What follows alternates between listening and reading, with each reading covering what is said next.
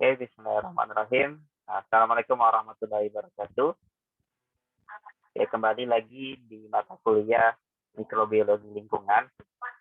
Setelah sebelumnya kita membahas beberapa hal-hal dasar terkait mikrobiologi, mulai dari domain-domainnya ketika kita berbicara fenomenologinya, sampai kerabatan ada 3 domain. Kemudian kita membahas mengenai ragam dari mikroorganisme. Kemudian yang terakhir kita membahas bagaimana pertumbuhan, bagaimana mikrobiologi itu tumbuh, bagaimana kita melakukan pengukuran ataupun perhitungan dari pertumbuhan mikroorganisme. Dan pada kesempatan kali ini kita akan melanjutkan pembahasan ke yang lebih aplikatifnya lagi, dan harapannya melalui pertemuan ini akan dapat kalian aplikasikan secara langsung di kehidupan sehari-hari, karena di sini akan terkait pengendalian mikroorganisme. Jadi ini masih akan sangat relate dengan apa yang sudah kita pelajari sebelumnya.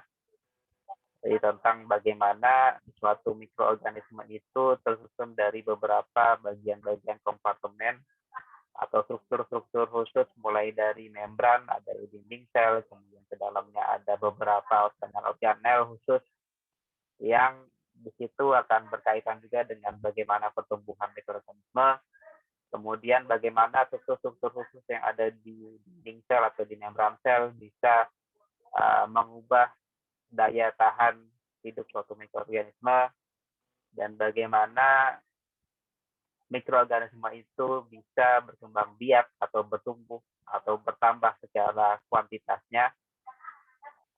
Itu akan sangat terkait dengan apa yang akan kita pelajari pada kesempatan kali ini, yaitu mengenai pengendalian mikroorganisme. Jadi silakan bagi yang baru melihat ini, mungkin bisa dilihat terlebih dahulu materi-materi yang sudah dijabarkan sebelumnya sampai dengan ke pertemuan ke-6 sebelum masuk ke pertemuan ke-7 di sini. Oke, kita akan mulai dari apa saja yang menjadi poin-poin utama pembahasan kita. Jadi yang pertama mengenai pengaruh lingkungan. Jadi kita akan mencoba memulai dari ada beberapa parameter di lingkungan yang berperanan terhadap pertumbuhan mikroorganisme, yang nanti menjadi dasar dari bagaimana kita bisa mengendalikan pertumbuhan mikroorganisme tersebut. Di mana pengendalian tadi kita akan bahas dari 2 aspek yang berbeda. Yang pertama pengendalian secara fisik atau pengendalian secara kimia. Jadi 2 dasar pengendalian pertumbuhan mikroorganisme. Ya, sebenarnya dasarnya adalah dari pengaruh lingkungan dan ada secara fisiologis juga. Bagaimana fisiologis dari suatu mikroorganisme. Oke, kita mulai dari bagaimana pengaruh lingkungan pada pertumbuhan mikroorganisme. Di fokus kita pada kali ini akan berfokus pada bagaimana peranan suhu, osmolaritas, dan oksigen terhadap pertumbuhan mikroorganisme. Jadi, suhu sendiri, baik itu suhu dalam kondisi yang dingin ataupun yang panas, dia dapat berdampak atau dapat menyebabkan mikroorganisme tadi mati. Jadi ketika dia dalam kondisi sangat dingin atau di kondisi yang sangat panas, dalam kedua kondisi tadi sama-sama bisa menyebabkan suatu mikroorganisme dapat mati.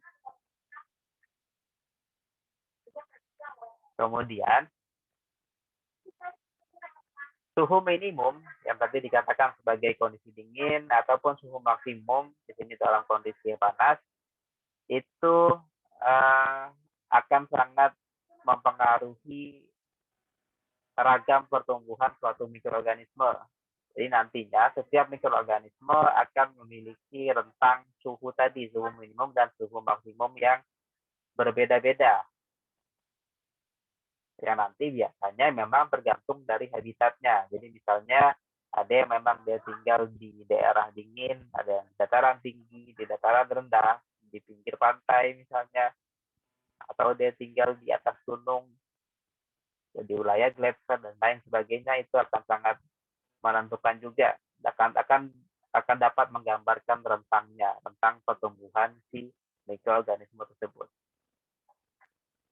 Kemudian, secara umumnya, ketika terjadi kenaikan suhu pada suatu lingkungan, itu akan menyebabkan proses reaksi kimia dan enzimatik pada sel berlangsung lebih cepat.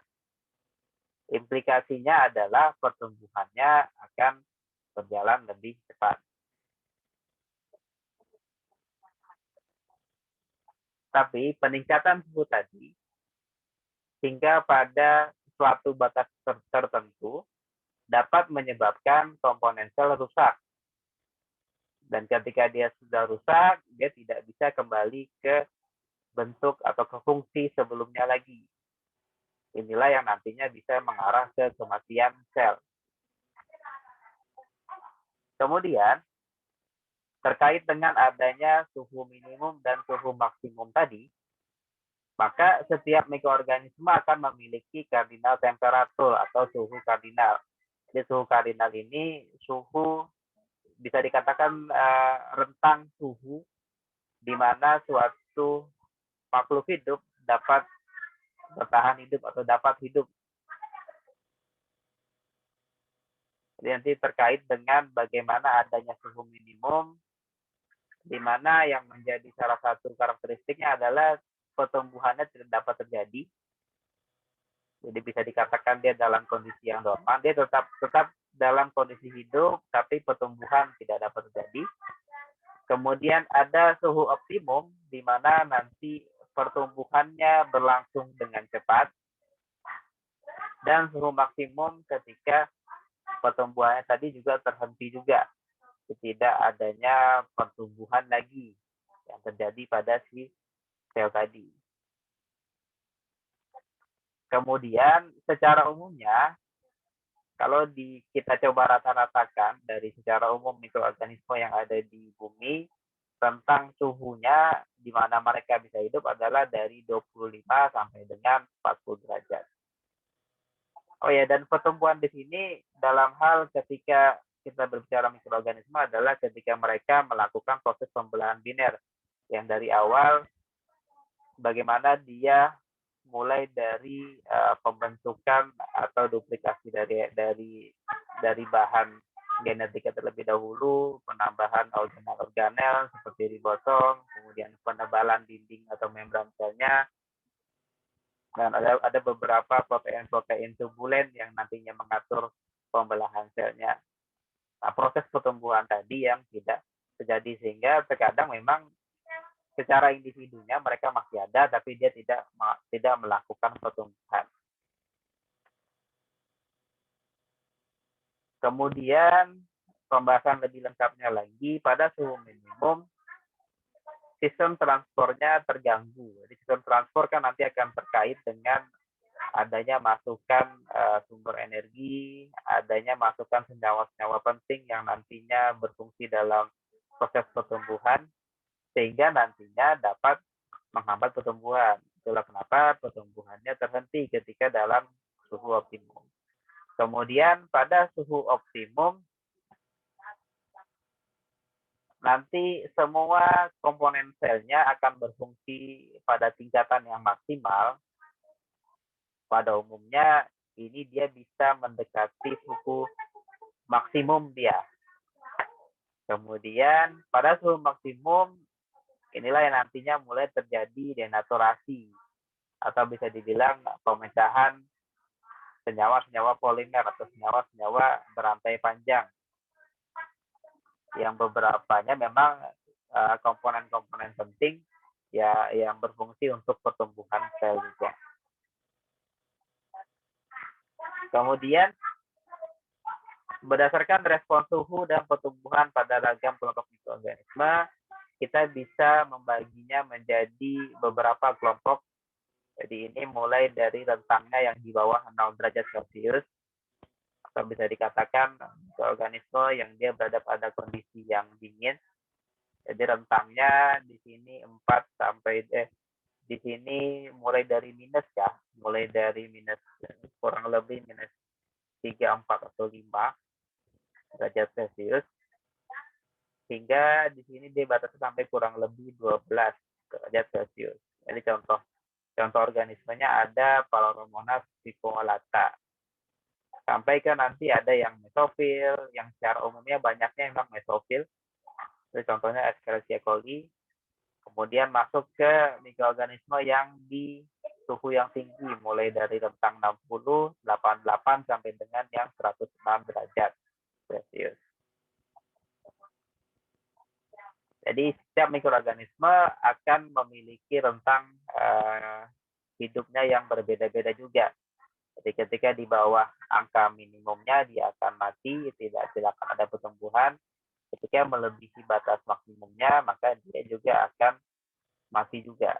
Jadi kalau kalian lihat dari sini, sebagian besar rentang dari, bisa dikatakan puncaknya di sini ya, ini secara eksponensial terus menarik pertumbuhannya sampai ke sebelum dia menuju ke suhu maksimumnya, dia mulai menurun peningkatannya tadi. Jadi memang suhunya itu, suhu optimumnya pada umumnya akan mendekati nilai suhu maksimum. Oke, pertanyaan 1, tadi saya mungkin terlewat, akan ada beberapa rangkaian pertanyaan sepanjang penjelasan materi ini. Jadi silakan diperhatikan dengan seksama apa yang saya sampaikan. Pertanyaan pertama, tadi saya sampaikan beberapa poin mengenai suhu kardinal. Jadi ada suhu minimum, ada suhu optimum, dan maksimum yang akan terkait pengendalian mikroorganisme. Jadi dari apa yang sudah disampaikan sebelumnya, apakah perbedaan antara suhu minimum, suhu optimum, dan suhu maksimum? Jadi silakan dijawab dari apa yang sudah kalian pahami, dari apa yang saya jelaskan sebelumnya. Nanti akan saya siapkan penjelasan atau pengerjaannya di Google Classroom seperti biasa. Berikutnya kita membahas mengenai osmolaritas. Jadi osmolaritas ini terkait dengan ketersediaan solut dan ketersediaan air. Yang keduanya akan saling berkaitan satu dengan yang lainnya. Karena nantinya ketersediaan air akan ditentukan dengan seberapa banyak konsentrasi solut. Jadi solut di sini bisa dalam bentuk garam, gula, atau senyawa-senyawa lain yang dia larut dalam air. Jadi ini sebenarnya konsepnya atau prinsipnya akan sama dengan bagaimana perbedaan konsentrasi antara solut dengan air di dalam sel mikroorganisme. Jadi pada proses osmosis sendiri, terjadi difusi air yang berasal dari area dengan konsentrasi air yang tinggi, atau kebalikannya adalah konsentrasi solut rendah, ke area dengan konsentrasi air lebih rendah atau konsentrasi solutnya tinggi. Jadi untuk bisa memasukkan air ke dalam sel, maka nanti konsentrasi dari solut di mikroorganisme tadi harus dalam konsentrasi yang tinggi, sehingga terjadinya perpindahan dari yang rendah ke yang tinggi tadi. Pada umumnya, sitoplasma suatu sel mikroorganisme akan memiliki konsentrasi solut yang lebih tinggi dari lingkungannya, sehingga memang kecenderungannya akan terjadi di sisi sel. Meskipun memang adanya membran sel dan adanya dinding sel itu juga menjadi salah satu pengontrol juga, pengontrol keluar dan masuknya air ke dalam suatu mikroorganisme. Dan mekanisme-mekanisme tertentunya sudah sempat kita bahas juga pada materi-materi sebelumnya. Jadi ada beberapa mekanisme yang bisa dilakukan, salah satunya dengan pertukaran ion juga untuk mengatur solut, konsentrasi solut yang ada di sitoplasma. Nanti akan terkait dengan ketersediaan air juga. Nantinya adanya atau konsentrasi air yang ada di satu mikroorganisme juga akan sangat penting untuk yang terkait dengan pengendalian mikroorganisme juga. Kemudian untuk beberapa solut seperti gula, alkohol, dan asam amino biasanya digunakan di dalam sel untuk aktivitas air di sitoplasma.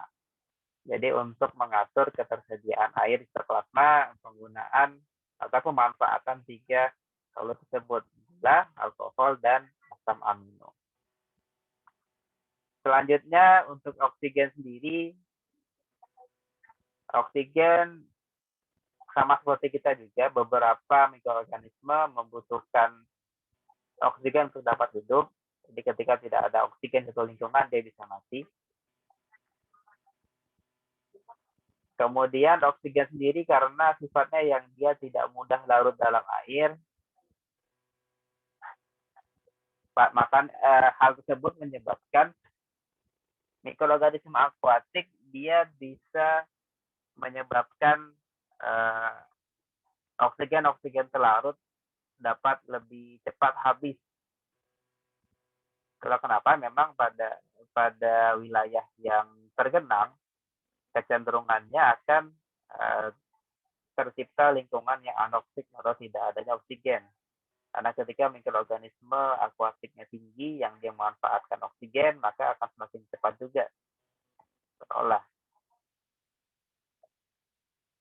Kemudian habitat alami dapat dengan mudah ditemukan di lingkungan. Pada umumnya dia prokariot.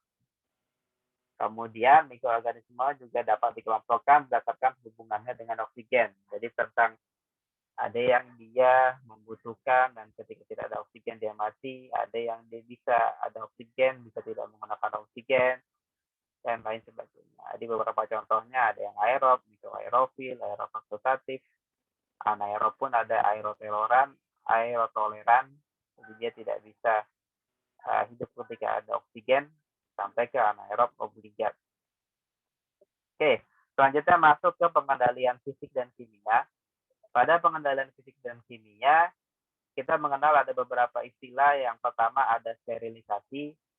Sterilisasi yaitu proses penyingkiran atau pematian sel organisme hidup pada media pertumbuhan. Jadi di sini kita bisa biasanya pada pembuatan suatu media pertumbuhan. Jadi penggunaan agar media. Jadi kita melakukan sterilisasi, berarti kita menyingkirkan makhluk hidup atau sel organisme hidup pada media tadi.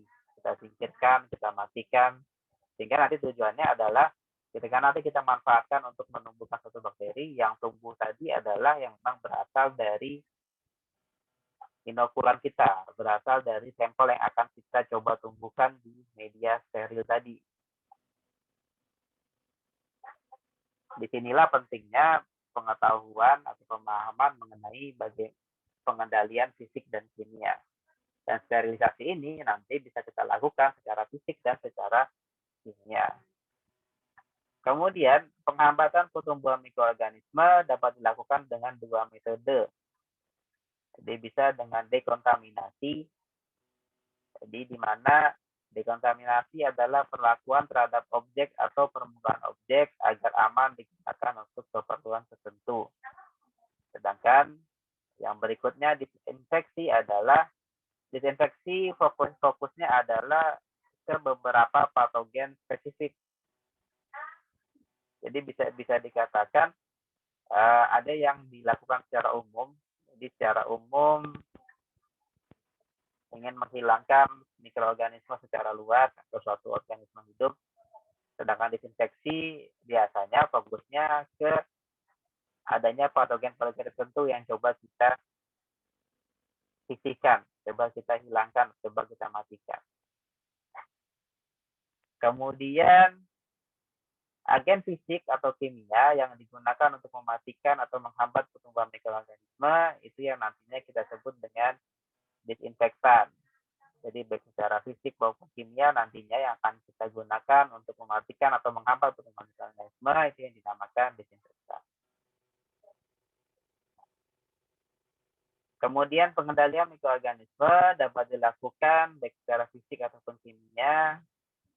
Contohnya untuk yang metode fisik, kita bisa menggunakan panas, menggunakan radiasi, dan menggunakan filtrasi atau penyaringan. Sedangkan secara kimia nanti menggunakan agen antimikrob. Agen antimikrob ini bisa dalam bentuk senyawa kimia sintetik ataupun yang alami. Kita akan coba bahas mulai dari pengendalian secara fisik. Pada pengendalian secara fisik, pengurangan populasi mikroorganisme terjadi karena adanya pengaturan suhu tadi. Kita mengatur suhu lingkungan melebihi suhu maksimum pertumbuhannya. Jadi tadi kita mengetahui tentang suhu minimum dan maksimum suatu mikroorganisme, jadi kita bisa mendapatkan berapa suhu maksimumnya yang kita butuhkan hingga si mikroorganisme tadi bisa dimatikan atau disingkirkan. Laju kematian pada suatu waktu nantinya akan sebanding dengan konsentrasi organismenya.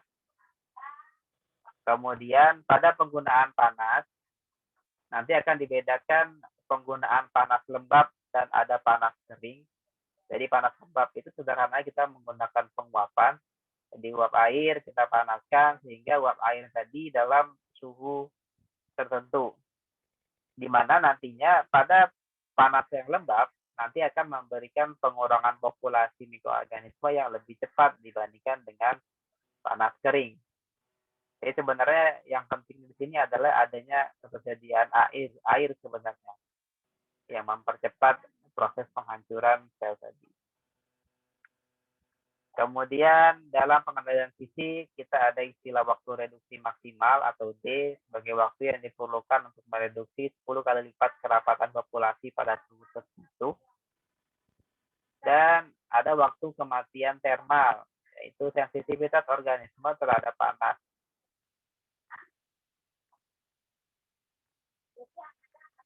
Selanjutnya, ketika ada suatu mikroorganisme yang dia bisa membentuk sporanya atau adanya endospora suatu mikroorganisme, ini akan menyebabkan mereka memiliki resistensi yang lebih tinggi terhadap pengendalian secara fisik tadi, terhadap lingkungan yang panas misalnya.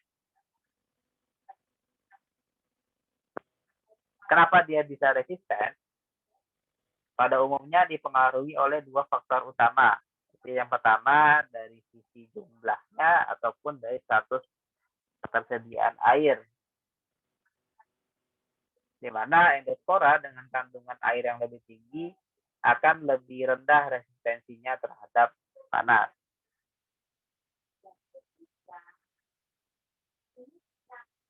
Kemudian faktor lainnya selain tadi air adalah adanya konsentrasi gula, protein, lemak yang tinggi dapat menurunkan penetrasi panas. Kemudian untuk melakukan sterilisasi panas, metode yang paling umum dan cukup banyak digunakan adalah penggunaan autoclave dan pasteurisasi, di mana autoclave suatu alat pemanas bertutup yang memungkinkan bisa menghasilkan uap bertekanan. Jadi ada tekanan tertentu dan ada panas tertentu juga yang dihasilkan dari alat pemanas ini atau autoclave ini. Suhunya ketika penggunaan autoclave bisa mencapai 102 derajat Celcius dengan waktunya yang nantinya akan ya tergantung dengan fungsinya melakukan sterilisasi tadi untuk apa. Dan apa yang nantinya akan kita hilangkan, yang kita harapkan hilang dari bahan ataupun alat yang kita sterilisasi menggunakan autoclave. Jadi rentang waktunya 10 sampai dengan 15 menit. Kemudian untuk pasteurisasi sendiri, pada dasarnya pasteurisasi pengendalian panas untuk mengurangi populasi mikroorganisme dalam susu atau cairan yang sensitif panas. Jadi makanya kalian mungkin lebih seringnya mendengar pasteurisasi pada susu ya, susu sapi susu sapi yang terpasteurisasi. Jadi ini sudah diproses terlebih dahulu penggunaan panas. Jadi sehingga ya bisa dikatakan akan tahan lebih lama dibandingkan dengan susu segar yang langsung disimpan di dalam botol misalnya. Sebagai gambaran untuk autoclave-nya ada tempat aliran udaranya, ada tempat pembuangan udara juga, dan pasti akan ada indikator suhu dan indikator tekanan juga nanti. Selanjutnya, pengendalian fisik yang berikutnya adalah secara radiasi atau menggunakan radiasi elektromagnetik gelombang mikro atau microwave, di mana microwave di sini dapat mempengaruhi pertumbuhan mikroorganisme dengan mekanismenya yang berbeda dengan radiasi panas. Sumber radiasinya menggunakan UV, sinar X, sinar gamma, dan elektron. Dan mungkin yang cukup familiar kita temukan adalah penggunaan UV ya, penggunaan radiasi dari ultraviolet atau radiasi UV. Radiasi UV dapat memodifikasi atau merusak DNA yang dapat mematikan organisme. Organisme di sini tidak hanya mikroorganisme, tapi kita pun bisa terkena dampaknya, bisa sampai ke DNA kita juga, bisa ada sel-sel kita yang rusak. Jadi memang penggunaan radiasi UV tidak untuk diaplikasikan langsung ke manusia. Jadi di beberapa penerapannya, khususnya di mikrobiologi, UV itu biasanya digunakan untuk melakukan sterilisasi ruangan atau suatu meja laminar atau ruang laminar. Jadi biasanya beberapa menit sebelum melakukan misalnya pembuatan suatu media tumbuh atau untuk menginokulasikan suatu mikroorganisme, kita melakukan sterilisasi ruangan dulu menggunakan UV selama berapa menit, nanti dimatikan terlebih dahulu, baru kita masuk. Karena untuk memastikan di ruangan itu tidak ada lagi mikroorganisme patogen atau yang mikroorganisme yang kita angkat sebagai mikroorganisme pengganggu. Kemudian radiasi UV akan berguna untuk desinfeksi permukaan, udara, substansi seperti air yang tidak mengabsorpsi UV. Jadi memang harapannya pada bahan-bahan yang dia tidak mengabsorpsi UV tadi. Jadi seperti yang saya bilang tadi, dia tidak langsung ke permukaan kulit manusia. Jadi misalnya kita ingin mensterilkan permukaan kita atau tangan, kita menggunakan UV itu akan sangat berbahaya sebenarnya. Meskipun tergantung dengan kekuatan radiasinya juga ya, karena kan kita bisa mengatur juga besaran radiasinya. Tapi memang pemanfaatannya sendiri lebih banyak untuk disinfeksi permukaan, udara, ataupun air. Ini contohnya untuk di lemari laminar. Jadi di sini sebelum penggunaan lemari biasanya disinar dulu dengan sinar UV, baru nanti dimulai untuk proses inokulasinya misalnya. Kemudian selain UV, radiasi ada radiasi ion yang nantinya memanfaatkan suatu molekul reaktif untuk mengubah atau merusak biopolimer yang dalam hal ini biasanya DNA ataupun protein, sehingga dengan rusak atau berubahnya DNA atau protein tadi, maka sel yang terkena radiasi ion tadi bisa mati. Mikroorganisme akan lebih resisten paparan radiasi ionisasi dibandingkan dengan organisme multiseluler. Contohnya untuk radiasi ion adalah penggunaan sinar X atau sinar gamma yang umum digunakan. Biasanya ini digunakan untuk sterilisasi dan dekontaminasi peralatan medis ataupun industri pangan. Tingkat bahaya dan biayanya menyebabkan penanganan radiasi umumnya dilakukan pada industri yang berskala besar, karena nanti akan membutuhkan perlengkapan khusus dalam pemanfaatannya. Kemudian yang berikutnya ada penggunaan filter sebagai piranti berpori yang diharapkan dapat menahan atau melewatkan mikroorganisme, tapi dia tetap bisa meloloskan cairan dan gas. Jadi mungkin sederhananya dalam teknologinya itu pemanfaatan untuk di masker ya. Ada masker dengan ukuran tertentu ataupun dalam suatu membran di suatu pipa atau pengolahan limbah. Jadi penggunaan filter juga bisa dengan harapan menahan mikroorganisme untuk tidak masuk, untuk menahan senyawa-senyawa terlarut dalam ukuran tertentu, sehingga nanti diharapkan air yang terloloskan dia lebih bersih atau limbahnya tadi ada yang tertahan yang terlarut bisa tertahan di filter tadi.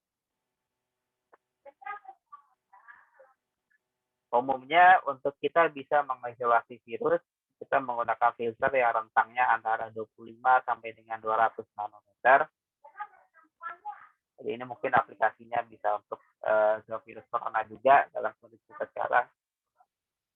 Tapi secara lebih spesifik kita harus tahu ukuran dari si virus tadi berapa, karena virus pun memiliki rentang yang berbeda-beda juga antara PCC1 dengan yang berikutnya. Jadi itulah kenapa untuk isolasi virus rentangnya 25 sampai dengan 200 nanometer. Kemudian filter mikrobiologi sendiri terdiri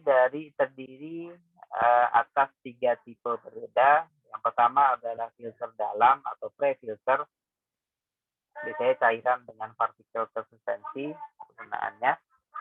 Kemudian untuk yang filter membran konvensional, ini yang banyak digunakan karena dia hanya yang membedakan itu dari ukuran dan porinya.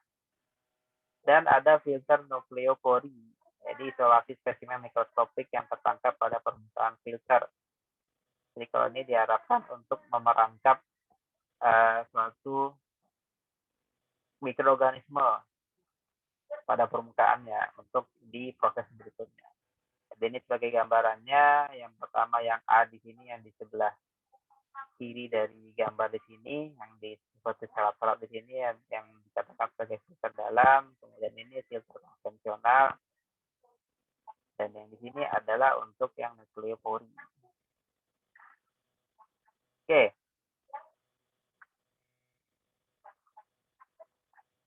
Kita masuk ke pertanyaan kedua.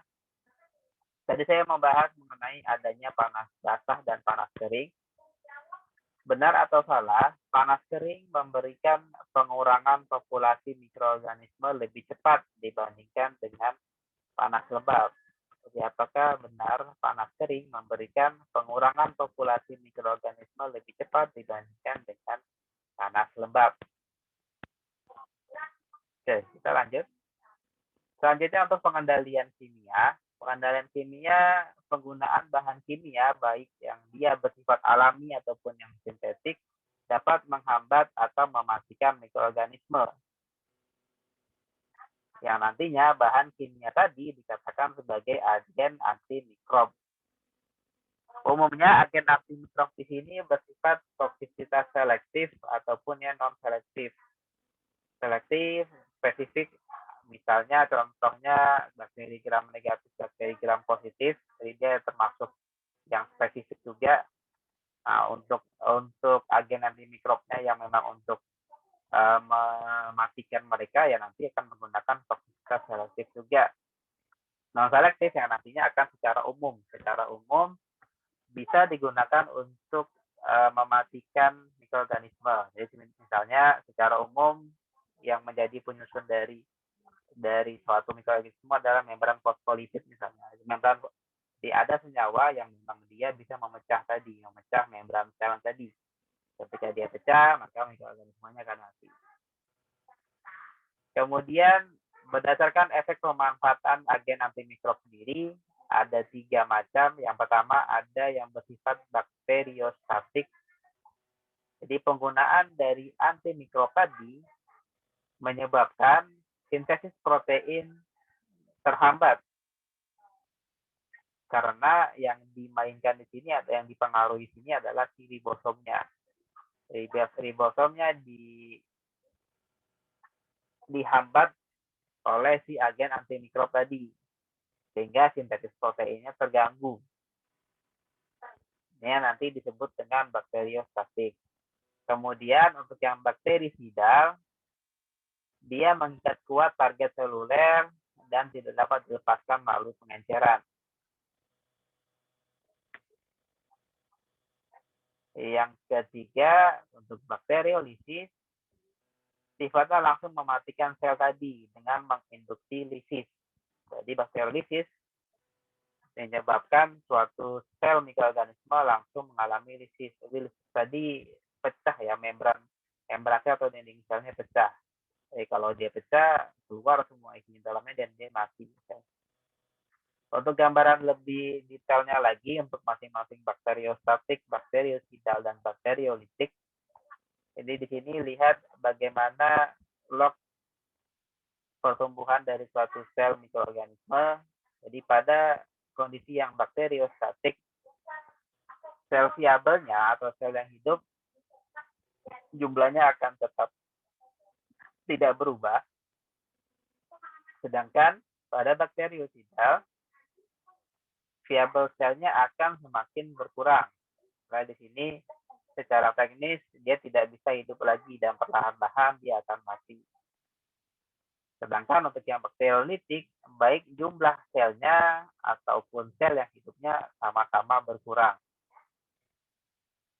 Jadi ini beda antara bakteriostatik, bakteriosidal, dan bakteriolitik. Kemudian, aktivitas mikroorganisme dapat diukur dengan menetapkan konsentrasi agen antimikrob terendah yang diperlukan untuk menghambat pertumbuhan organisme uji. Yang mana kita menggunakan KHM atau MIC, konsentrasi hambatan minimum.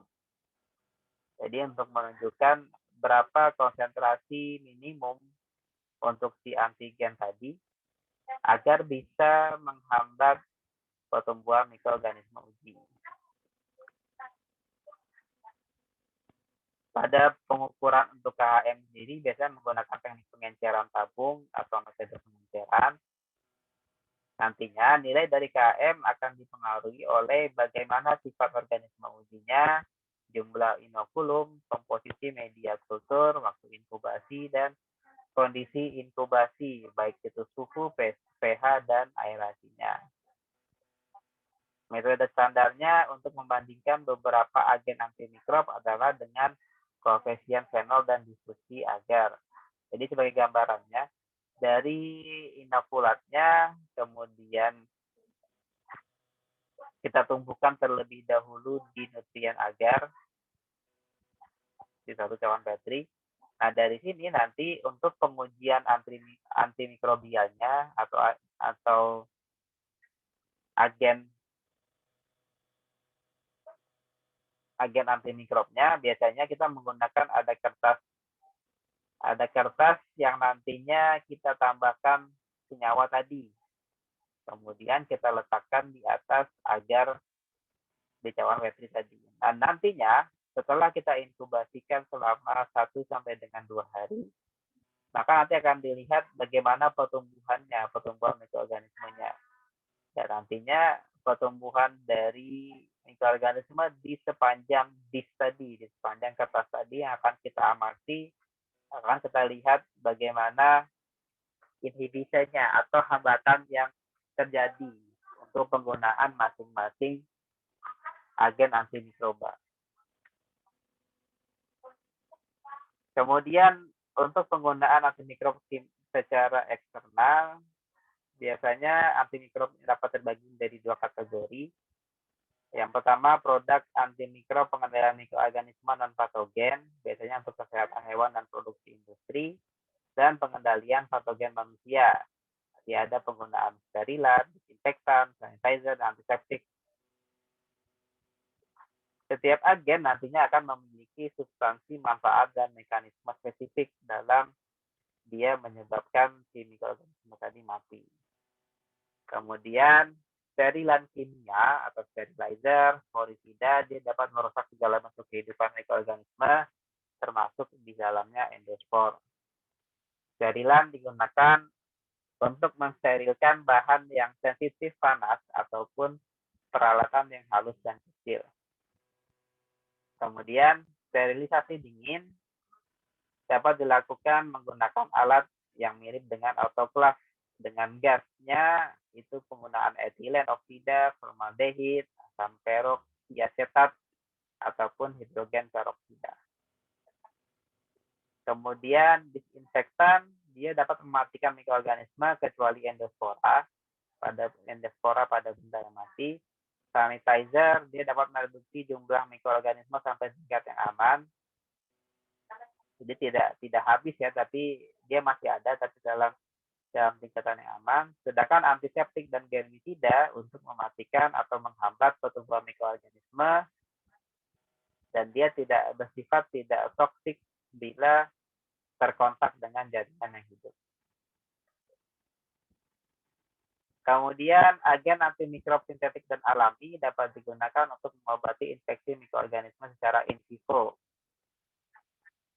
Jadi pengendalian penyakit infeksi memerlukan substansi kimia yang dapat digunakan secara internal. Jadi in vivo di sini kita mengobatinya dari dalam. Jadi biasanya infeksi di saluran pencernaan misalnya. Maka kita membutuhkan agen antimikrob yang memang bisa kita masukkan secara internal dan dia bekerja di dalam.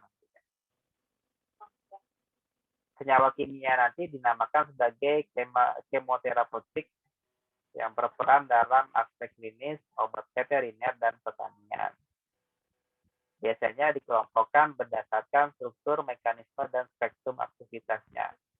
Jadi beberapa contohnya ada sulfanilamida, isoniazid, asam nukleat analog, dan quinolone. Kemudian, sebagian besar antibiotik merupakan senyawa alami. Jadi antibiotik yang banyak kita manfaatkan, khususnya di dunia medis, pada dasarnya merupakan senyawa alami karena biasanya dihasilkan apakah oleh cendawan ataupun bakteri.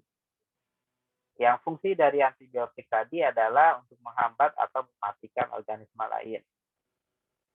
Pada umumnya, antibiotik alami sebelum nantinya dimanfaatkan itu dimodifikasi strukturnya terlebih dahulu untuk meningkatkan efikasinya.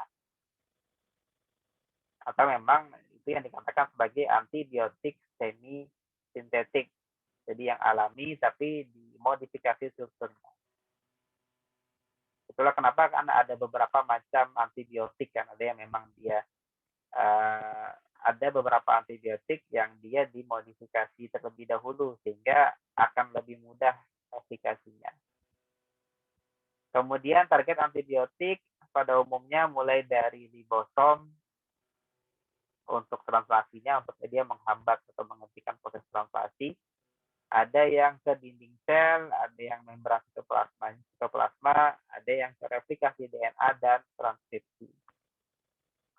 Beberapa contoh antibiotik ada vancomycin, streptomycin, furomycin, penicillin, dan cephalosporin.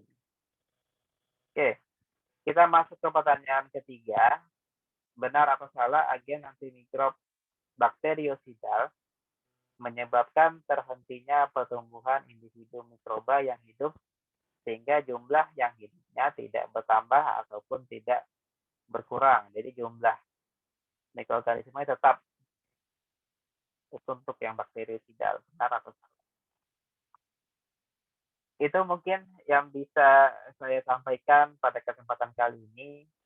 Secara garis besarnya kita mulai dari pemahaman mengenai bagaimana pengaruh mulai dari suhu, kemudian osmolaritas dengan oksigen terkait dengan pertumbuhan. Kemudian kita memahami atau mempelajari mengenai prinsip-prinsip pengendalian baik secara fisik ataupun secara kimia dan beberapa istilah-istilah di pengendalian secara fisik. Ada apa saja, sterilisasi, disinfektan, dan lain sebagainya. Kemudian mengenai apa saja pengendalian secara fisik, di mana kita dapat pengendalian fisik menggunakan panas, kemudian menggunakan radiasi, kemudian penggunaan filter, sampai terakhir penggunaan agen antimikrobial.